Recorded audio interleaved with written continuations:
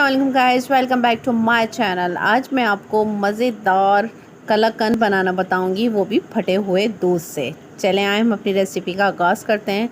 रमज़ान में कभी नमकीन के साथ कुछ मीठा खाने का दिल करता है, तो क्यों ना हम घर में बनाएं। फटे हुए दूध से कलाकंद बनाना बताऊंगी। ये बात मैं आपको क्लियर करती चलूँ, ये दूध ऑटोमेटिक फटा हुआ है जो हम रखते हैं, कभी गर्मी के बायस कभी सर्दी के बायस, ये जैसे भी वो फट जाता है तो वो वेस्ट हो जाता है। पर मैं आज आपको उससे कलाकंद बनाना बताऊंगी। बस इतना करा है कि जब दूध फट चुका था तो मैंने चूल्हे पे रखा, उसके बाद उसमें थोड़ा सा सिरका डाला, बिल्कुल 1 चमचा जितना। फिर उसको मैंने एक कपड़े में डाल के रखा हुआ है मलमल के, जिसका इसका जो खट्टा पानी है वो सब निकल जाएगा। और इसके बाद फिर मैं आपको इसमें ठंडा पानी डालना यूँ बताऊँगी, क्योंकि जो उसकी खटास है वो ठंडे पानी के ज़रिए निकल जाएगी। और फिर मैं इसको कपड़े में थोड़ी देर टाक के रखूँगी। इसका कलाकंद बहुत ज़्यादा ज़बरदस्त बनता है, पर आम कलाकंद के निस्बतन ये थोड़ा देर में कलाकंद की पोजीशन पे आता है, पर ये बिल्कुल वैस नहीं होता और इसका फ्लेवर उस कलाकंद से भी ज़्यादा अच्छा आता है। ये देखिए इस वे पे ये आ गया। अब इसमें मैं ठंडा पानी डालूंगी ताकि ये बिल्कुल अलग हो जाए। अब ये ठंडा पानी डालने से इसकी खट्टास भी निकल जाएगी।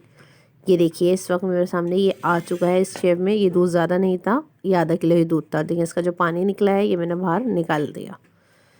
अब मैंने थोड़ा साफ़ दूध लिया है, आधा ही किलो दूध लिया है। इसमें मैंने इलायची डाली। अब मैं सूखा दूध इसमें डाल रही हूँ और सूखा दूध डाल के इसको पकाऊंगी जब तक ये थिक ना हो जाए। और चीनी मैं ऐड करूँगी इसमें थोड़ी सी, क्योंकि जो मैंने ये सूखा दूध लिया है ये ऑटोमेटिक मीठा है। अब ये सूखा दूध डाल के मैं इसमें थोड़ी देर इसको पकाऊंगी और इसके बाद इसमें मैं केवड़ा डाल लूँ। इलायची मैंने क्योंकि थोड़ी सी डाली है, बिल्कुल अगर आप चाहें तो स्किप भी कर सकते हैं। अब देखें इसमें थोड़ी सी शुगर ऐड कर रही हूँ मैं।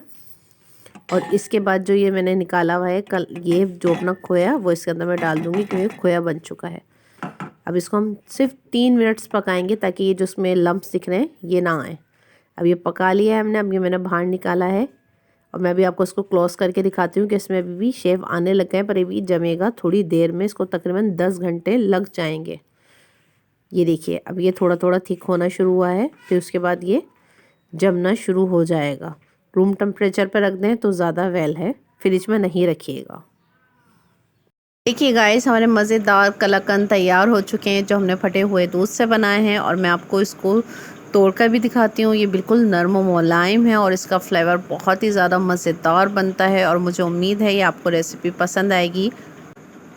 देखिए गाइस कितने ज़्यादा सॉफ्ट हैं और घर में बने हैं तो हेल्दी भी हैं। आई होप गाइस आपको मेरी वीडियो पसंद आएगी। अगर वीडियो पसंद आए तो लाइक कीजिए, कमेंट कीजिए और शेयर कीजिए। और रमज़ान में मुझे भी अपनी दुआओं में याद रखिएगा। जब तक के लिए फ़ी अमानिल्लाह।